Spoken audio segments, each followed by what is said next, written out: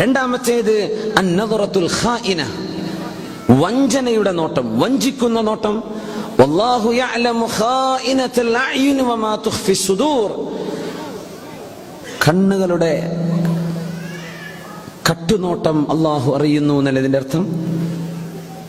വമാ തുഖ്ഫി സുദൂർ, നിങ്ങളുടെ ഖൽബിന്റെ ഉള്ളിൽ നിങ്ങൾ മറച്ചു വെക്കുന്നതും അല്ലാഹു അറിയുന്നു.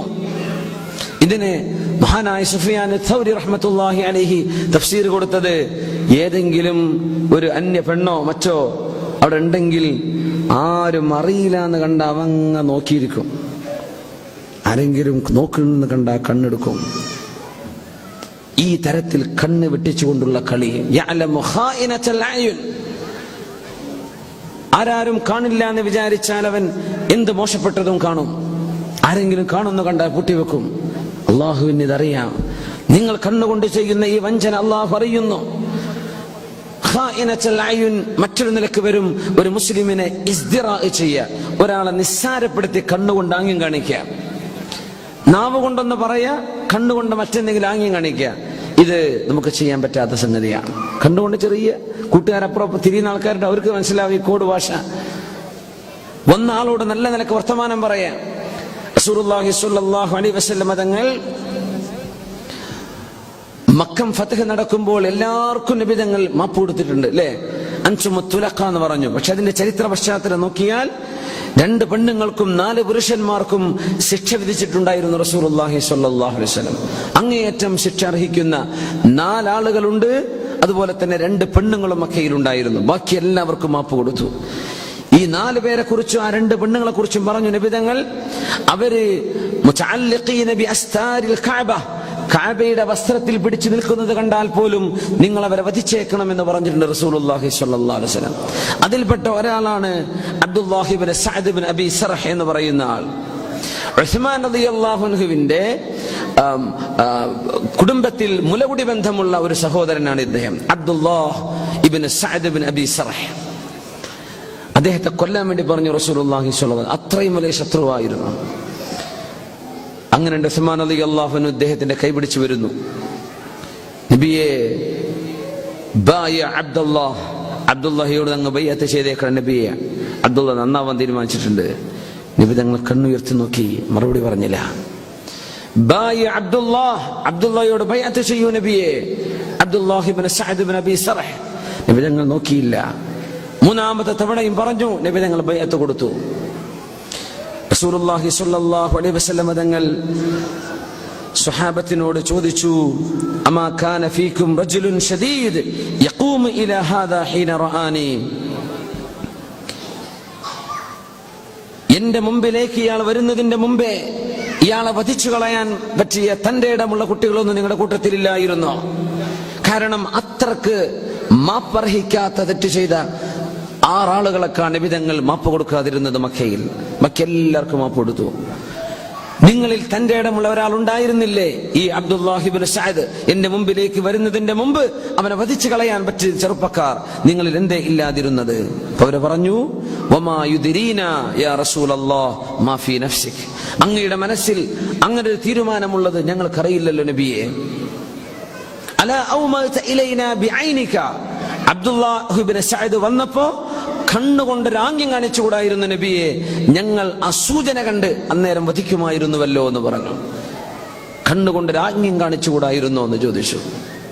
അപ്പോഴാണ് നബി തങ്ങൾ പറഞ്ഞത്, ഇന്നഹു ലാ യംബഗി ലിനബിയ്യിൻ അൻ തകൂന ലഹു ഖായിനതു ഐൻ, ഒരു നബിക്കും വഞ്ചിക്കുന്ന കണ്ണ് പാടില്ല എന്ന് നിങ്ങൾക്കറിയില്ലേ? ഞങ്ങൾ അമ്പിയാക്കന്മാർ, സാധാരണക്കാർക്കും പാടില്ലെന്നാണിത്.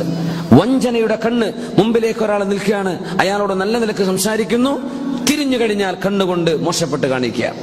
നല്ല വർത്തമാനം പറയാ, കണ്ണുകൊണ്ട് നിസ്സാരമായി കാണിക്കുക. ഇത് ഒരു മുസ്ലിമിനെ ചെയ്യാൻ പാടില്ല. കണ്ണിന് ലൗ നശാഉ ലതമസ്നാ അലാ അയുനിഹിം എന്ന് പറഞ്ഞ കണ്ണിന് ചെയ്യേണ്ട ശുക്രിൽപ്പെട്ടതാ. ഇത് നമ്മൾ ചെയ്യരുത്. നബി സല്ലല്ലാഹു അലൈഹി വസല്ലം പറഞ്ഞു ചെയ്യാൻ പറ്റില്ല. പക്ഷെ ഇദ്ദേഹം മുസ്ലിമായി കേട്ടോ. ഈ Abdullahi ibn Saad ibn Abi സർഹ് മുസ്ലിമായി എന്ന് മാത്രമല്ല, ഉസ്മാൻ ഇബ്നു അഫ്ഫാൻ റളിയല്ലാഹു അൻഹുവിന്റെ ഭരണകാലത്ത് റോമക്കാർക്കെതിരെ നടന്നിരുന്ന ഒരു കപ്പൽ പടയുടെ വലിയ 1000 കപ്പലുകൾ നിരത്തി റോമക്കാർ അറബികളോട് യുദ്ധം ചെയ്തിരുന്ന ഒരു കാലമുണ്ട്. അന്ന് ആ യുദ്ധത്തിലൊക്കെ സംബന്ധിച്ച സ്വഹാബിയാണ്. അദ്ദേഹം മരിക്കുന്ന സമയത്ത് സക്കറാത്തിൽ കിടക്കുമ്പോഴാണ് പറഞ്ഞത്, അല്ലാഹുവേ, എന്റെ ജീവിതത്തിൽ അവസാനത്തെ അമല് സുബ്ഹി നിസ്കാരമാക്കി തരണമേ. അങ്ങനെ ഒരു സുബ്ഹി നിസ്കാരം കഴിഞ്ഞ് അദ്ദേഹം സുബ്ഹി നിസ്കാരത്തിന് വുദു എടുത്തു, സുബ്ഹി നിസ്കരിച്ചു. അസ്സലാമു അലൈക്കും വറഹ്മത്തുള്ളാഹ്, അസ്സലാമു അലൈക്കും വറഹ്മത്തുള്ളാഹ് എന്ന് പറഞ്ഞപ്പോൾ ഫഫാലത്ത് ബിഹി നഫ്സുഹു, അങ്ങനെ മരിച്ചുപോയ ആളാണ് ഇദ്ദേഹം, അബ്ദുല്ലാഹ് ഇബ്നു സഅദ് ഇബ്നു അബീ സറഹ. പക്ഷെ അന്ന് നബി തങ്ങൾ മാപ്പ് കൊടുത്തിട്ടില്ല. അത് ചരിത്രത്തിലെ വലിയ അത്ഭുതങ്ങളാണ്. വഹ്ശിയെ ശിക്ഷിക്കണമെന്ന് നബി തങ്ങൾ ഉദ്ദേശിച്ചിരുന്നു. ഹംസ റളിയല്ലാഹു അൻഹുവിനെ കൊന്ന ആൾ. പക്ഷെ അല്ലാഹു ഹിദായത്ത് കൊടുത്തു, വഹ്ശി മുസ്ലിമായി. ഹിന്ദിന് പ്രതികാരം എടുക്കുന്ന നബി തങ്ങൾ പറഞ്ഞിട്ടുണ്ട്. ഹംസ റളിയല്ലാഹുവിന്റെ കരൾ കടിച്ചു തുപ്പിയ പെണ്ണ, പക്ഷെ ഹിന്ദിന് അല്ലാഹു എന്ത് ചെയ്തു? ഹിദായത്ത് കൊടുത്തു. കഅബ് ഇബ്നു സുഹൈർ, ഐന വജദ്തും കഅബൻ ഫഖ്തുലൂഹു, കഅബിനെ എവിടെ വെച്ച് കണ്ടാലും കൊന്നോളൂ എന്ന് പറഞ്ഞിട്ടുണ്ട്. ആ കഅബ് ഇബ്നു സുഹൈർ നബി തങ്ങളുടെ മുമ്പിലേക്ക് വന്നു റളിയല്ലാഹു അൻഹു. കഅബ് ഇബ്നു സുഹൈർ ഇബ്നു അബീ സുൽമ മുസ്ലിമായി. അല്ലാഹു ഓർത്തു കൊടുത്തു. നബി തങ്ങൾ മുസ്ലിം ആവണമെന്ന് വിചാരിച്ച ആൾ അബൂ ത്വാലിബ് കിട്ടിയില്ല. ഉമയ്യത്ത് ഇബ്നു അബീ സുൽത്ത് കിട്ടിയിട്ടില്ല. അങ്ങനെ കുറെ ആളുകൾ തങ്ങൾ കിട്ടണമെന്ന് കിട്ടിയിട്ടില്ല, കിട്ടരുതെന്ന് വിചാരിച്ചവർ കിട്ടിയിട്ടുണ്ട്. അള്ളാഹുവിന്റെ വലിയൊരു തീരുമാനമാണ് ഹിദായത്ത്, അള്ളാഹുവിന്റെ തീരുമാനമാണെന്ന് പഠിപ്പിക്കാൻ. ഏതായിരുന്നാലും ഖായിനത്തുൽ അയുൻ, വഞ്ചിക്കുന്ന കണ്ണ് ഒരാൾക്കും പാടില്ല. കണ്ണുകൊണ്ട് ആരെയും നിസ്സാരമാക്കി കാണിക്കരുതേ, കണ്ണുകൊണ്ട് കാണിക്കാൻ പാടില്ല. പിന്നെ അന്നദറത്തുൽ മുതലസ്സിസ, കട്ടുനോക്കുന്നത്. റസൂലുള്ളാഹി സ്വല്ലല്ലാഹു അലൈഹി വസല്ലം തങ്ങൾ പറയുമായിരുന്നു, മനിത്തലഅ ഫീ ബൈതി ഖൗമിൻ ബിഗൈരി ഇദ്നിൻ ഫഫഖഉ ഐനഹു ഫലാ ദിയത ലഹു വലാ ഖിസാസ്.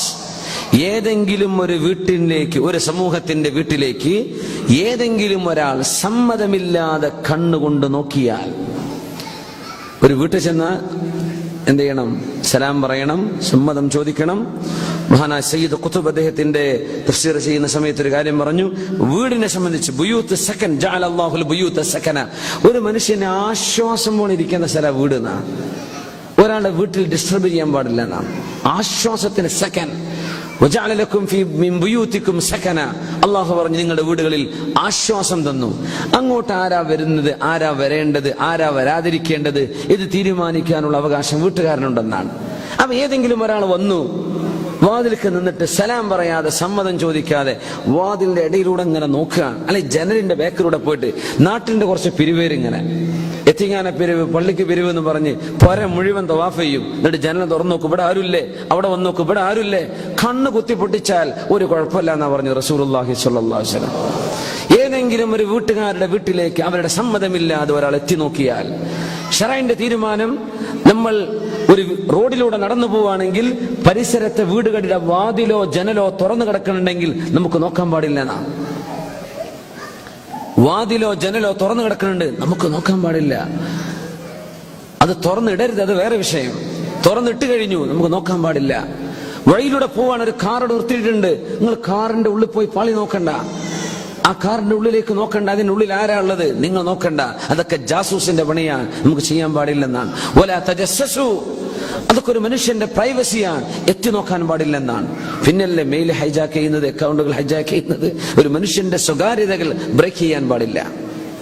നബി തങ്ങൾ പറയുന്നു സല്ലല്ലാഹു അലൈഹി വസല്ലം, ഏതെങ്കിലും ഒരാൾ ഒരു സമൂഹത്തിന്റെ ഒരു വീട്ടിലേക്ക് വന്ന് ബിഗൈരി ഇദ്നിൻ, അവരുടെ സമ്മതം കൂടാതെ വന്ന് വീടിലേക്ക് എത്തി നോക്കിയാൽ, ഫഫഖഹു ഐനഹു, ആ മനുഷ്യന്റെ കണ്ണയാൾ അവർ കുത്തിപ്പൊട്ടിച്ചാൽ, ഫലാ ദിയത ലഹു വലാ ഖിസാസ, അതിന് ഖിസാസ് നടപടിയുമില്ല, അതിന് പ്രായശ്ചിത്തം കൊടുക്കേണ്ടതുമില്ല. കണ്ണുപോയ കണ്ണിന് പകരം കണ്ണുണ്ട്, പക്ഷേ വേണ്ട, ഇത് അവന്റെ പ്രൈവസിയിലേക്ക് എത്തി നോക്കിയപ്പോൾ കൊടുത്തതാ, കുഴപ്പമില്ല. നബി തങ്ങളുടെ വീട്ടിലേക്ക് അങ്ങനെ ഒരാൾ വന്നിട്ടുണ്ട്. അയാൾ വന്നിട്ട് എങ്ങനെ നോക്കുക വാതിലിന്റെ ഇടയിലൂടെ. അപ്പോഴാ റസൂലുള്ളാഹി സ്വല്ലല്ലാഹു അലൈഹി വസല്ലം ശ്രദ്ധയിൽപ്പെട്ടത്. തങ്ങൾ പറഞ്ഞു, ഇന്നമാ ജുഇലൽ ഇസ്തിഇദാനു മിൻ ഹാദാ, ഇങ്ങനെ നോക്കരുത് എന്ന് പറഞ്ഞതുകൊണ്ട് അല്ലാഹു തആല സമ്മതം ചോദിക്കണം എന്ന് പറഞ്ഞു. വീട്ടിലേക്ക് ചെല്ലുമ്പോൾ ഇന്നത്തെ സമ്മതം ഒന്ന് ഫോൺ വിളിച്ച് ചോദിക്കുക, വീട്ടുകാരെ അറിയിക്കുക. അവർക്ക് നിങ്ങൾ വരുന്ന സമയം ഇഷ്ടമാണോ അല്ലയോ, വീട്ടുകാരുടെ സ്വകാര്യതകൾ ഉണ്ടാവും, അതവർക്ക് പറ്റുമോ ഇല്ലയോ. നിങ്ങൾ അങ്ങോട്ട് ചെല്ലുന്നത് ആ വീട്ടുകാർക്ക് ഇഷ്ടമാവും എന്നറിയാതെ, ഭാവിക്കാതെ നിങ്ങൾ മറ്റൊരാളുടെ വീട്ടിലേക്ക് പോവണ്ടെന്ന ശറഅ പറയാ. എന്തേ? അത് അവരുടെ പ്രൈവസിയാണ്. സ്വകാര്യതയുടെ സമയമാണത്. അവർക്ക് എന്തൊക്കെയോ കാര്യങ്ങൾ ഉണ്ടാകാം. നമ്മളതിലേക്ക് തദഖുല് ചെയ്ത് ആശ്വാസം കിട്ടുന്ന ഒരു സമയം ഇല്ലാതെ പോകും. അന്ന് ജാഹിലിയ്യ കാലത്ത് ആളുകൾ വീട്ടിലേക്ക് കയറി വന്ന് ഹാ അന ദഖൽതു, ഞാനിവിടെ ഉണ്ട് കേട്ടോ എന്ന് പറയാറുണ്ട്. അപ്പോഴേ ആയത്തിറങ്ങിയത് ഇത് പറ്റൂല.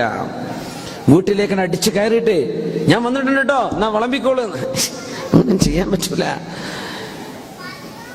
എന്ത് ഫ്രീഡം ആസ്വദിക്കും, ഇതൊന്നും ഇങ്ങനത്തെ ഫ്രീഡം ഒന്നും ദീനിൽ പാടില്ലാത്തതാണ്. അന്യൊരാളിന്റെ സ്വന്തം ജ്യേഷ്ഠന്റെ വീട്ടിലേക്ക് പോവാ, ജ്യേഷ്ഠൻ കല്യാണം കഴിച്ചാളെന്ന് വിചാരിക്കുക, ജ്യേഷ്ഠന്റെ ഭാര്യയല്ല എവിടെ, ആ ഭാര്യ കാണാൻ പറ്റുമോ? ഇല്ലല്ലോ. പിന്നെ എങ്ങനെ നിങ്ങൾ അങ്ങനെ കരച്ചില്ല? സ്വന്തം ഉമ്മയും വാപ്പയെന്ന് വിചാരിക്കുക, അവരോട് വരെ സമ്മതം ചോദിക്കണമെന്നാ നബി തങ്ങളോട് ഒരാൾ ചോദിച്ചില്ല, പൊന്നാര നബിയെ, എന്റെ ഉമ്മയെ ഞാനാ നോക്കണത് നബിയെ, എന്റെ ഉമ്മാന്റെ അടുത്ത് പോകാൻ സമ്മതം വേണോ? ഉമ്മാന്റെ റൂമിലേക്ക് ചെല്ലുമ്പോ, ഉമ്മ മാത്രമുള്ള വീട്ടിലേക്ക് ചെല്ലുമ്പോ സമ്മതം ചോദിച്ചു കിടക്കണോ? തങ്ങൾ ചോദിച്ചു, നീ സമ്മതം ചോദിക്ക്. താള് പറഞ്ഞു, നബിയെ, എന്റെ ഉമ്മയെ ഞാനാണ് ശുശ്രൂഷിക്കുന്നത്, എന്റെ ഉമ്മയ്ക്ക് എല്ലാം ചെയ്തു കൊടുക്കുന്നത് ഞാനാണ്, വയ്യാത്ത ഉമ്മയാണ്, സമ്മതം ചോദിക്കണോ നബിയെ? നിന്റെ ഉമ്മയുടെ ഔറത്ത് കാണാൻ നിനക്ക് ഇഷ്ടമുണ്ടോ എന്ന് ചോദിച്ചു. ഇല്ല, എന്നാ സമ്മതം ചോദിക്കുന്നു. റസൂലുള്ളാഹി സ്വല്ലല്ലാഹു അലൈഹി വസല്ലം. ഇതാണ് ശറഅ്. മോശപ്പെട്ട കാഴ്ചകൾ കാണാതിരിക്കാൻ.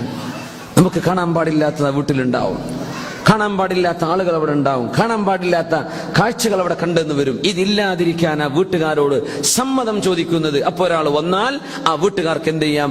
വീട്ടിലെ കാര്യങ്ങളൊക്കെ ഒന്ന് ശരിയാക്കി, മറക്കേണ്ടത് മറച്ച്, മാറ്റിവെക്കേണ്ടത് മാറ്റിവെച്ച് വീട്ടുകാർക്ക് സ്വീകരിക്കാനുള്ള അവസരമാകുമ്പോൾ അവർ സമ്മതം കൊടുക്കും.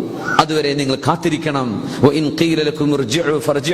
പൊയ്ക്കോളി എന്ന് പറഞ്ഞാൽ തിരിച്ചു പോകണമെന്ന, പിന്നെ വീടിന്റെ അടുക്കള വാതിലൂടെ അല്ലെങ്കിൽ ഇപ്പുറത്തൂടെ ഇതൊന്നും ചെയ്യാൻ പാടില്ല.